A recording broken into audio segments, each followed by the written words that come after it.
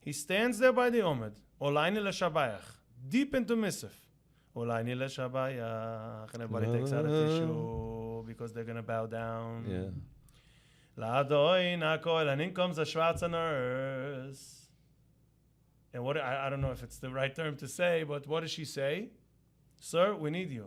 And he says, no. I'm in the middle of Shmones, I'm not going nowhere.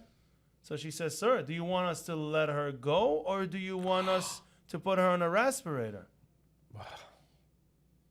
Wow.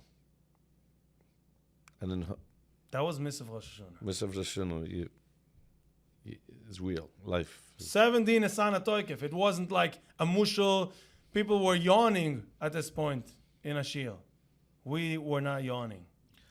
Wow. And this was a full-fledged minyan of all kinds of Yidden. All kinds of Yidden. We had from square to modern. We had everything. And you were one.